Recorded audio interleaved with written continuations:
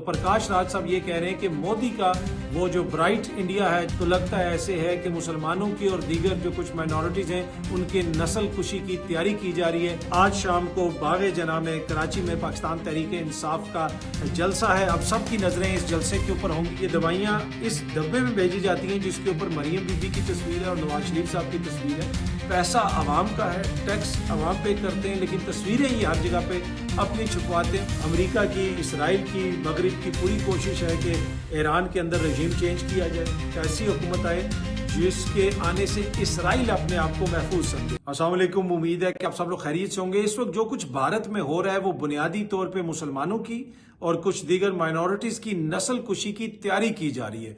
ये बात कही है जनाब प्रकाश राज साहब ने, जो भारत के फेमस एक्टर और डायरेक्टर हैं, और एक जगह पे खिताब करते हुए उन्होंने कहा कि कहीं पे ये कोई कानून बना देते हैं, कहीं पे ये कोई असूल बना देते हैं, तासुर ये दिया जाता है कि जी ऐसे करने की जरूरत है, वैसे करने की जरूरत है। लेकिन जिस किस्म की नफरत फैलाई जा रही है वहां पे मुसलमानों के खिलाफ, ट्राइबल लोगों के खिलाफ, ट्राइबल लोगों का भी उन्होंने जिक्र किया, और जिस किस्म का माहौल भारत के अंदर बनाया जा रहा है, बुनियादी तौर पे तैयारी हो रही है, प्रिपरेशन हो रही है कि कैसे आगे चल के इन लोगों की नस्ल कुशी की जाए। और इस किस्म की मिसालें हमने देखी हैं, अफ्रीका के अंदर भी देखी हैं। वहां पे जैसे एक मखसूस कबीले के खिलाफ या एक मखसूस लोगों के खिलाफ जिस किस्म की नफरत फैलाई जाती है, रवांडा में जो कुछ हुआ, बाद में कैसे वहां पे नस्ल कुशी हुई, और इसी तरीके से भारत के अंदर जो कुछ हो रहा है, प्रकाश राज साहब ये कहते हैं कि मेरी नजर में ये तैयारी की जा रही है कि हमने मुसलमानों की और दीगर जो ट्राइबल लोग हैं उनकी नस्ल कुशी कर दी है। ये एक बड़ी परेशान कुन सूरत हाल है। लेकिन जो प्रकाश राज ने बात की है, ये बात उसने कोई हवा में नहीं की। अगर आप देखें वहां पे किस किस्म के कानून बनाए जाते हैं, कभी कोई नेशनैलिटी का कानून बना दिया जाता है, कभी कोई और कानून बना दिया जाता है। जैसे वहां पे मुसलमानों को डील किया जा रहा है, मुसलमानों को टारगेट किया जा रहा है। पहले बहुत ज्यादा लिंचिंग्स हो रही थी, फिर कभी किसी को रोक लिया जाता है, कहते हैं जी ये गाय का गोश्त लेके जा रहा है, रास्ते में लोगों को रोक के जदोकोब किया जाता है। इसी तरीके से दीगर उनकी जो 7 सिस्टर स्टेट्स हैं वहां पे क्या कुछ हो रहा है। तो ये चीजें हम दुनिया के दीगर इलाकों में भी देख चुके हैं। जब आप ऐसे नफरत फैलाते हैं किसी ट्राइबल कास्ट के खिलाफ या किसी सेक्ट के खिलाफ या किसी मजहब के खिलाफ, फिर होता यह है कि एंड उसका नतीजा यही निकलता है कि लोग उनके खिलाफ उठ खड़े होते हैं, उनके ऊपर जाके जुल्म करते हैं और बुनियादी तौर पे उनकी नस्ल कुशी की जाती है। तो प्रकाश राज साहब ये कह रहे हैं कि मोदी का वो जो ब्राइट इंडिया है, चमकता हुआ इंडिया है, शाइनिंग इंडिया है, उसमें जो हो रहा है, अगर आप उसको गौर से देखें तो लगता है ऐसे है कि मुसलमानों की और दीगर जो कुछ माइनॉरिटीज हैं उनके नस्ल कुशी की तैयारी की जा रही है। ये इंतहाई परेशान कुन बात है, जिस तरह मैंने आपको पहले भी कहा। और अगेन ये बात बाहर बैठा हुआ कोई सहाफी या कोई पाकिस्तानी इदारा नहीं कह रहा, ये प्रकाश राज कह रहा है, जो भारत को बड़े अच्छे तरीके से समझता है, जो एक बड़ा फेमस एक्टर है, जिसके पास सब कुछ है, यानी खोने के लिए भी सब कुछ है। उसको पता है कि अगर मैं इस तरह की बात करूंगा तो इसका मुझे नुकसान भी हो सकता है, लेकिन फिर भी उन्होंने ये बात कही और ओपन फोरम पे कही। क्यों कही? कि भाई कोई भी शख्स जिसके अंदर जरा सा भी एहसास हो वो देख सकता है कि क्या कर रहा है मोदी वहां पे माइनॉरिटीज के साथ। तो प्रकाश राज साहब ने ये बात कही है और उन्होंने कहा है कि मुझे खदशा ये है कि ये जिस किस्म की हरकतें हो रही हैं इसका नतीजा भारत में अच्छा नहीं निकलेगा। अच्छा जी, कराची में आज जलसा होगा, कल से कंफ्यूजन फैली हुई है। मैंने आपको कहा था कि कोशिश ऐसे की जाएगी कि दूध भी दिया जाए और दूध के अंदर कोई गंद भी डाल दिया जाए ताकि वो सही तैयारी भी ना हो सके। तो पहले कहा गया कि जी एनओसी नहीं मिल रहा, फिर कहा गया कि जनाब बागे जना के बाहर सड़क के ऊपर हम जलसा करेंगे। लेकिन कल रात को तकरीबन जो है 11:15 बजे फिर हलीमा आदिल शेख साहब ने ये ट्वीट किया कि कम वक्त मुकाबला सख्त जलसा हो रहा है, बागे जना के अंदर ही हो रहा है, 11 जनवरी बरोज एतवार इंशाल्लाह। गो के एनओसी आज शाम 6:30 बजे के बाद मिली। हमने शाम 5 बजे मज़ार कायद के पब्लिक गेट के बाहर जलसा करने का ऐलान कर दिया था, मगर अब हमने दोबारा फैसला किया है कि जलसा बागे जना के अंदर ही होगा। तो आज जनाब जलसा होगा कराची में, बागे जना के अंदर होगा। अब पाकिस्तान तहरीक इंसाफ को एनओसी मिल गई है, लेकिन इतने कम वक्त में स्टेज लगाना, कंटेनर्स लेके आना, यकीनन उनके लिए वहां पे मसाइल भी होंगे। लेकिन एक बात कंफर्म है कि आज बाग़े जना में पाकिस्तान तहरीके इंसाफ का जलसा होगा। मुझे ये लगता है कि ये एक कामयाब जलसा होगा, एक ये बड़ा जलसा होगा जिस किस्म के हमने विजुअल्स देखे हैं कराची से। और मैंने आपको पहले ही बता दिया था कि कराची में पाकिस्तान तहरीके इंसाफ का कोई भी शो होगा वो एक कामयाब शो होगा। शफी जान साहब ने भी कल रात को तकरीबन 12:15 बजे, यानी जब आधी रात गुजर चुकी थी, उसके बाद उन्होंने भी ट्वीट किया कि कराची तैयार हो, बाग़े जना ग्राउंड मज़ार कायद कराची 11 जनवरी बरोज़ एतवार शाम जो है 5 बजे, 4 बजे, 5 बजे पर मेरे ख्याल में लोग 2-3 बजे वहां पे पहुंचना शुरू हो जाएंगे। तो जनाब आज शाम को बाग़े जना में कराची में पाकिस्तान तहरीके इंसाफ का जलसा है। अब सबकी नजरें इस जलसे के ऊपर होंगी कि कितने लोग उसमें आते हैं। वैसे कुछ लोग वो कुर्सियां गिनने वाले भी होते हैं और आजकल सोहेल अफरीदी साहब गए हुए हैं। यकीनन मुझे पता है कि वो कुछ हमारे सहाफ़ी दोस्त बंदे भी गिन रहे होंगे, कुर्सियां भी गिन रहे होंगे। लेकिन ये जलसा जो है मुझे ये लगता है कि काफ़ी कामयाब जलसा होगा और काफ़ी बड़ा जलसा होगा। अगर इसको प्रॉपर टाइम दिया जाता, पहले सेट स्टेज वगैरह बन चुका होता, वहाँ पे अगर कंटेनर्स वगैरह आगे होते, प्रॉपर तरीके से इंतजाम बेहतर कर दिए जाते पहले, तो शायद उससे भी ज़्यादा लोग आते। लेकिन अभी भी इनके पास कुछ घंटे तो हैं और हम देख रहे हैं कि रात से ही तैयारी वगैरह शुरू हुई भी है। तो उम्मीद यही की जा रही है कि ये एक अच्छा और बड़ा कामयाब जलसा होगा।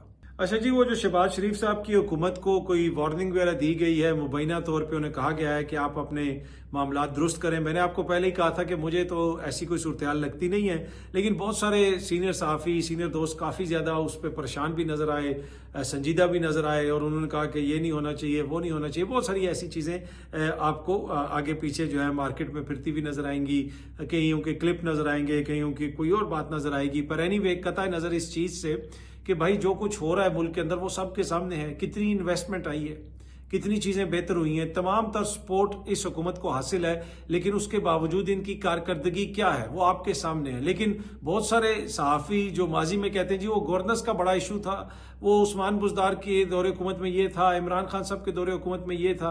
तो भाई इस वक्त बता देना कौन सी ऐसी एक चीज़ है जो उससे बेहतर हो चुकी है। कोई मिसाल दे दें कि जी ये चीज़ बहुत बेहतर हो गई है, आम बंदे की ज़िंदगी बहुत बेहतर हो गई है। इशू ये है कि पाकिस्तान के अंदर एक ख़ास किस्म की शराफिया है जिसमें सहाफ़ी भी शामिल हैं, जिसमें आपका दीगर जो रूलिंग एलीट है वो उसमें से भी लोग शामिल हैं। और ये जो सिस्टम है ये इनको सूट करता है। सहाफ़ियों के कहने के ऊपर नौकरियां भी मिलती हैं, सहाफ़ियों के कहने के ऊपर पोस्टिंग ट्रांसफर्स भी होती हैं। इसी तरह ये लोग अपने काम भी निकलवाते हैं। इनके आप देख लें कौन कौन सा सहाफ़ी है जिसके फैमिली मेंबर्स कोई इस महकमे में लगा हुआ है तो कोई उस महकमे में लगा हुआ है। तो यहाँ पे ये सारे बेनिफिशरी रहे। जब इनके अपने काम रुक जाते हैं तो ये कहते हैं सिस्टम रुक गया जी, देखें जी कोई सिस्टम नहीं चल रहा, देखें जी तरक्की नहीं हो रही है, मुल्क में बड़े मसाइल हो गए हैं, ये हो गया वो हो गया। वैसे मुल्क ऊपर से नीचे हो जाए, मुल्क के अंदर जो मर्जी हो जाए, अवाम की बुरी हालत हो जाए, चीनी 220 रुपए किलो हो जाए, इनको ना गवर्नेंस के मसाइल नजर आएंगे, ना इनको कुछ और चीज नजर आएगी। क्यों? क्योंकि इनके अपने काम तो सारे हो रहे हैं। तो ये एक इशू है कि पाकिस्तान के अंदर एक खास तबका है, उनके काम हर दौर में होते रहते हैं, उनके चीजें चलती रहती हैं। लेकिन जिस दौर में उनके काम रुकते हैं, ये पहला दौर था वैसे खान साहब का, इमरान खान साहब का, जिसमें बहुत सारों के काम रुक गए थे और बड़े गुस्से में सहाफ़ी कहते थे ये कर देंगे, वो कर देंगे, आपने ये कैसे कर दिया, आपने वो कैसे कर दिया, अगर ऐसे होगा तो हम किससे पूछेंगे। आजकल कोई आपको ऐसे लगता है कोई इनसे इंटरेक्शन भी करता है क्या? कभी शहबाज शरीफ साहब ने सहाफ़ियों को बुला के कहा कि जी 10 सहाफ़ी सामने बैठ जाएं और कैमरे भी लगा लें और मुझसे बात कर लें? या कोई पंजाब की वज़ीर आला इतना इनको टाइम देती हैं या एक्सेस देती हैं? तो उससे आप अंदाज़ा लगा लें। लेकिन इशू कोई नहीं है, अब सारी चीज़ें बेहतर तरीके से चल रही हैं। हाँ, क्योंकि अपने काम भी बहुत सारे लोगों के हो रहे हैं। मैं सबकी बात नहीं कर रहा, चंद लोगों की बात कर रहा हूँ। और दुनिया भर में हर जगह पे, हर सिस्टम के अंदर ऐसे लोग होते हैं। लेकिन जिस तरह मैंने आपको पहले भी कहा था कि जो ये कहा जा रहा है कि जी हुकूमत को 6 महीने की वार्निंग दे दी गई है और ये और वो, मुझे उसमें सदाकत नहीं लगती। ये हुकूमत जिस तरह बनाई गई है भाई, अपनी तख्लीक करदा चीज़ों को कोई तोड़ता है ऐसे। अपनी तख्लीक करदा से मेरी मुराद है कि जरदारी साहब ने मिलकर ही तो शहबाज शरीफ साहब को बनाया है ना वज़ीर आज़म। क्या वो अपनी सपोर्ट ले लेंगे या कोई और अपनी सपोर्ट ले लेगा और हुकूमत को गिराने की कोशिश करेगा? मुझे नहीं लगता कि ऐसा होगा। अच्छा जी, गुड गवर्नेंस की बहुत ज्यादा बात की जाती है और पंजाब का अक्सर जिक्र आता है। ये साइट पे आप वीडियो देख सकते हैं, चल रही है और कल से ये सोशल मीडिया के ऊपर बहुत ज्यादा वायरल है। ये वीडियो, ये पंजाब की वीडियो और किसी बंदे ने ये वीडियो बनाई है और वो ये कह रहा है कि बुनियादी तौर पे मैं ये वीडियो इसलिए बना रहा हूँ कि मेरी वालदा की दवाइयाँ आती थी, कार्डियोलॉजी का कोई अस्पताल है गालिबन लाहौर का, वहाँ से, और मरीम नवाज साहिबा की हुकूमत का ये मंसूबा था कि दवाइयाँ आपके घर में आएंगी। शुरू में तो दवाइयां पूरी आती थी, अब उसने डब्बा खोल के दिखाया कि सिर्फ एक दवाई आई है। उन्होंने कहा जी हम खुद जाके ले लेंगे, लेकिन कम से कम दवाइयां तो आप हमें सारी दें। फिर उसने ये कहा कि इसकी जो पैकेजिंग है, जिस तरह का ये डब्बा है, ऊपर मियाँ साहब की तस्वीर भी है, मरियम बीबी की तस्वीर भी है, पूरे ऊपर प्रिंटिंग हुई भी है। और उन्होंने कहा कि उस बंदे ने कहा कि जितनी इसकी पैकेजिंग हुई भी है उतने की तो इसमें दवाइयां नहीं है, यानी डब्बा बनाने पे ज्यादा खर्चा आ गया होगा, दवाई की कीमत जो है कम है, जो अंदर एक गोली यानी जो एक पैकेट गोलियों का भेजा गया है। बाकी उसने लिस्ट दिखाई हुई है इसी वीडियो के अंदर कि मेरी वालदा की इतनी ज्यादा दवाइयां हैं, लेकिन इस दफा सिर्फ ये एक गोली भेजी गई है। और ये दवाइयां इस डब्बे में भेजी जाती हैं जिसके ऊपर मरियम बीबी की तस्वीर है और नवाज शरीफ साहब की तस्वीर है। पैसा आवाम का है, टैक्स आवाम पे करते हैं, लेकिन तस्वीरें ये हर जगह पे अपनी छुपवाते हैं और इसको बहुत सारे लोग गुड गवर्नेंस से तशबीह देते हैं। भाई ये हुकूमत का पैसा है, ये आवाम का पैसा है, आपने हर जगह पे अपनी तस्वीर क्यों लगानी है? हर जगह पे आपको जरूरी ये लगता है कि आपकी तस्वीर लगेगी। अच्छा, एक बात समझने की है, आई डोंट नो, शायद इनके एडवाइजर्स को नहीं पता या फिर केयर नहीं करते कि भाई हर जगह पे अगर आपकी तस्वीर लगी होगी तो इसका ये मतलब नहीं होगा कि लोग आपको अप्रिशिएट करना शुरू कर देंगे, लोग आपको पसंद करना शुरू कर देंगे। अगर मिसाल के तौर पे आपको मैं आम सी मिसाल देता हूँ, कोई शख्स आपको बहुत बुरा लगता हो, ऐसे में मिसाल दे रहा हूँ, उसकी तस्वीर हर जगह पे आपके घर में लगा दी जाए, आप घर से बाहर निकलें वो तस्वीर आपको सामने नजर आए, आप इधर जाएं वो तस्वीर आपको उधर नजर आए, क्या वो बंदा आपको अच्छा लगना शुरू हो जाएगा? अनलेस कि उसका रवैया तब्दील हो जाए, वो उसकी तस्वीर कहीं पे भी ना हो, लेकिन अगर वो आपके लिए रोज फ्रूट भेज रहा हो, वो कभी कोई मैसेज कर रहा हो कि भाई आई एम सॉरी, मेरा ये गलती थी, मैं दोबारा ऐसा नहीं करूंगा, वो आपकी नौकरी भी लगवा दे, वो आपको जो चीनी 220 रुपए की मिल रही है वो 150 रुपए में आपको मिलना शुरू हो जाए, आपके घर के बाहर जो है वो अमन अमान भी कायम कर दे, गली के लड़कों छड़कों को भी साइड पे हटा दे कि किसी किस्म का कोई मसला नहीं होगा, यहाँ पे सुकून से आप रहेंगे, सुकून से आए जाएंगे, तो तब आप के दिल में उसके लिए रवैया तब्दील होगा, या हर जगह पे उसकी तस्वीर देखने से आपका रवैया तब्दील होगा? तस्वीर नहीं भी होगी तो फिर भी आप कहेंगे कि ये क्रेडिट उसका है, उसने ये किया। अब होता यह है कि ये हर जगह पे अपनी तस्वीर लगा के क्रेडिट लेने की कोशिश में, अब आपको पता ही है पाकिस्तान में सिस्टम कैसे चलता है, जिसके साथ जो बुरा होता है फिर वो कहते हैं कि भाई यही तस्वीर वाले ही करार है।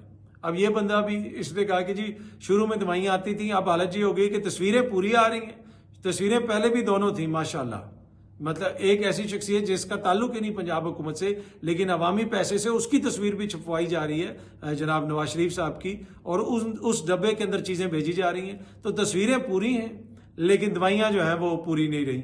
वैसे ये जो प्रोग्राम है, प्रोग्राम बड़ा अच्छा है और दुनिया भर में ऐसे प्रोग्राम होते हैं और तरक्की याफ्ता ममालिक में भी होते हैं, आप जाके अपनी दवाइयां कलेक्ट कर लेते हैं, लेकिन कभी भी किसी हुक्मरान की उस पर तस्वीर नहीं होती, कोई सियासी नारा उसके ऊपर नहीं होता, लेकिन सबको पता होता है किसकी गवर्नमेंट है, कौन कर रहा है, और लोग उसको देख के वोट भी डालते हैं। लेकिन यहाँ पे तस्वीर का फॉर सम रीजन बहुत ज्यादा शौक है, तो हर जगह पे तस्वीर लगना जरूरी है। अच्छा जी, हसन अयूब साहब के ऑफिशियल ट्विटर अकाउंट से उनके व्लॉग का एक क्लिप शेयर किया गया जिसमें बुनियादी तौर पे उन्होंने ये बताया, ये सामने आप उनका ट्वीट भी देख सकते हैं, हसन अयूब ऑफिशियल का सीनियर सहाफ़ी हैं। उन्होंने ये कहा कि नवंबर के आखिरी हफ्ते में वज़ीर-ए-आज़म को H16 सेक्टर इस्लामाबाद में चेयरमैन CDA की जानिब से ब्रीफिंग दी गई थी कि यहाँ जना मेडिकल कॉम्प्लेक्स और यहाँ दानिश यूनिवर्सिटी भी बनाई जाएगी, मगर अब इंकशाफ हुआ है कि जिस जगह का काम शुरू कर दिया गया था उसे रोक दिया गया है, क्योंकि यहाँ अवार्ड 2008 में हुआ है, अवार्ड लैंड शेयरिंग पॉलिसी के तहत है। CDA ने अब तक इसका कोई मुआवजा अदा नहीं किया। CDA के अकाउंट्स डिपार्टमेंट की मिली भगत से ये वारदात डाली गई और 2.5 से 3 अरब रुपए उन्होंने अपनी जेबों में डाल लिया था। तो ये जनाब हमारे पाकिस्तान के इदारों की हालत है। ये जो हसन अयूब साहब कह रहे हैं कि मुबैना तौर पे ऐसा हुआ है, अगर ऐसा हुआ है तो ये तो बहुत बड़ा स्कैंडल है कि वहाँ पे वज़ीर-ए-आज़म साहब दानिश यूनिवर्सिटी बना रहे थे और वहाँ पे जनाब ये कॉम्प्लेक्स बन रहा था, लेकिन अब पता चला कि भाई ये तो हुकूमत की मलकियत ही नहीं है ज़मीन, अभी तो पैसा ही इसका नहीं, मुआवजा ही नहीं इसका अदा किया गया, लेकिन पेपर के अंदर जो है मुआवजा दे दिया गया है। ये बता रहे हैं जी हसन अयूब साहब के मुबैना तौर पर ये कहानी है। अच्छा जी, ईरान में अनरेस्ट जारी है, उधर मुजाहरे वगैरह हो रहे हैं, अब हुकूमत की जानिब से क्रैकडाउन वगैरह भी शुरू हो गया।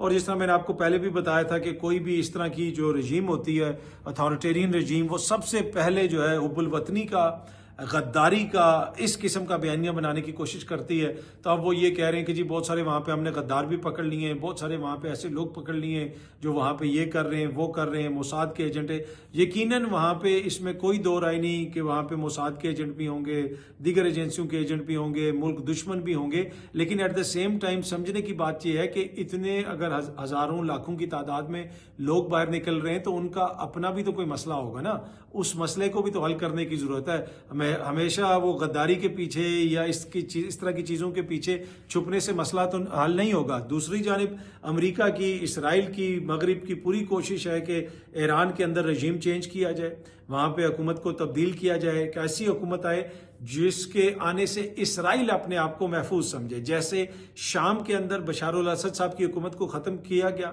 और वहाँ पे माशाल्लाह मुजाहिदीन की हुकूमत आई और मुजाहिदीन ने जनाब माशाल्लाह पेरिस में जाके इसराइल से मुआहदा कर लिया। वो सारे मुआहदे की डिटेल्स मैंने आपसे शेयर की थी। अभी भी अगर आप गूगल करेंगे शाम इसराइल जो है डील और पेरिस साथ लिख दें गूगल पे तो वो पूरी तफसीलात आपको बता देगा कि इकोनॉमिक टाइज भी वो बढ़ाना चाहते हैं, इंटेलिजेंस शेयरिंग भी करेंगे शाम के माशाल्लाह मुजाहिदीन जो है इसराइल के साथ। तो उनको लाने का मकसद यही था कि किसी तरीके से इसराइल को मजीद मजबूत वहाँ पे किया जाए। इसी तरह वो खित्ते के अंदर हर मुल्क में एक ऐसी हुकूमत चाहते हैं जिससे इसराइल को कोई ख़तरा ना हो। तो उनकी ख्वाहिश है कि ईरान के अंदर भी एक ऐसी हुकूमत हो जिससे किसी किस्म का चैलेंज का सामना ना हो इसराइल को, जो इसराइल के ऊपर मिसाइल ना मारे। आपने देखा कि इसराइल कभी इधर अटैक करता है, कभी उधर अटैक करता है, लेकिन आगे से कोई अटैक नहीं करता। लेकिन जब उसने ईरान के ऊपर अटैक किया तो जो कुछ भी है ईरान ने आगे से मिसाइल मारे और मिसाइल जाके लगे इसराइल में। और वो चीज़ जो है इनके जहन में बैठ गई है कि हम मुकम्मल तौर पे ईरान को तबाह नहीं कर सकते, उसके पास भी बहुत सारा आर्सनल है, वो आगे से हमारे ऊपर भी हमला करेगा और नुकसान हमारा भी होगा। तो वो ये चाहते हैं कि किसी तरीके से इंटरनली वहाँ पे रजीम चेंज हो जाए, अवाम का एहतजाज है, इसके अंदर हम अपनी भी दो हाथ कर लें और किसी तरीके से वहाँ पे जो है तख्ता उल्टने की कोशिश करें। लेकिन वो उधर इतना आसान नहीं होगा, मुझे नहीं लगता कि इतनी आसानी से हो सकेगा। लेकिन एट द सेम टाइम वो जो ईरान की हुकूमत कर रही है अपने शहरियों के साथ हमेशा गद्दारी के फतवे लगा देते हैं, हर किसी को पकड़ के कह देते हैं जी उसका ये है, वो बात वैसी भी नहीं है। उसमें कुछ लोग यकीनन ऐसे हैं, वहाँ पे मुल्क दुश्मन होंगे, हर जगह पे होते हैं, हर मुल्क में होते हैं। लेकिन अगर अवाम का एक बड़ा हिस्सा आपके इकदामात से खुश नहीं है तो उसको भी देखने की जरूरत है। दूसरी जानिब जिस तरह मैंने आपको कहा कि मगरिब की तो पूरी कोशिश है कि जो लोग वहाँ पे हुकूमत तब्दील करने की कोशिश कर रहे हैं उनको मुकम्मल तौर पर उनका साथ दिया जाए। ये सामने आप देख सकते हैं कि एक्स ने क्या किया है कि ईरान का जो झंडा है उसके ऊपर जो पहले बादशाह ईरान की, शाह ईरान की हुकूमत थी, उस दौर में जो सिंबल था उन्होंने उस झंडे के ऊपर वो सिंबल लगा दिया। तो मिसाल के तौर पे अगर किसी ईरानी अकाउंट के साथ, यानी इवन के वो ईरान की हुकूमत के किसी बंदे का अकाउंट है, उसने 4 साल पहले कोई ट्वीट की थी और उसमें उसने ईरान का झंडा लगाया था, इमोजी साथ लगाई थी, तो उसके अंदर भी जनाब वो ये वाला सिंबल लगा दिया गया है, वो शाह ईरान वाला। और शाह ईरान के मेरे ख्याल में कुछ साहबजादे हैं जो शायद अमेरिका में, वो जब भी कोई इस तरह की बात आती है तो उनको भी, जिस तरह पाकिस्तान में एक सियासतदान को बार बार लॉन्च करने की कोशिश की जाती है, अमेरिका उनको लॉन्च कर देता है और दोबारा जनाब वो बाहर आ जाते हैं और अवाम को कहते हैं कि तख्ता उलट दो, ये कर दो, वो कर दो। लेकिन ऐसी बात नहीं है, इसलिए कि शाह ईरान का मसला ये था कि वो अवाम के साथ शायद उस तरह कनेक्ट नहीं कर पा रहे थे, डेमोक्रेसी की उन्होंने रिस्पेक्ट नहीं की। लेकिन उनके जाने के बाद जो सिस्टम आया उधर तो फिर बिल्कुल ही जो डेमोक्रेसी के साथ हुआ वो हमारे सामने है।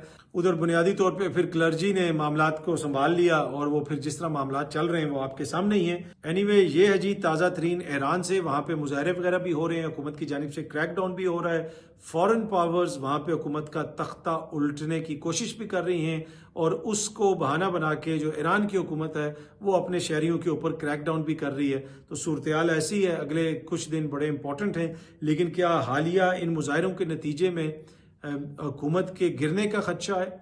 मुझे ये लगता है कि काफ़ी संजीदा है इस दफ़ा मुजाहरे, और उसकी वजह मैंने आपको कल बताई थी कि इस दफ़ा वो लोग भी इनमें शामिल हैं जो रवायती तौर पे रिलीजियस जो क्लर्जी हो गई, जो रिलीजियस वहाँ की इस्टेब्लिशमेंट है, उनकी जो हुकूमत है उसको वो उस तरह चैलेंज नहीं करते। लेकिन इस दफ़ा वो भी इतने तंग हैं, इकोनॉमिक सिचुएशन ऐसी है कि वो भी इन मुजाहिरों में शामिल है। इस वजह से थोड़ा सा इस दफ़ा कहा जा रहा है कि हुकूमत के लिए मसला पैदा हो सकता है। अब देखते हैं जनाब कि आगे ये मामला किस तरफ जाता है। बहुत जल्दी आप सब दोस्तों से दोबारा मुलाकात होगी। Thank you very much.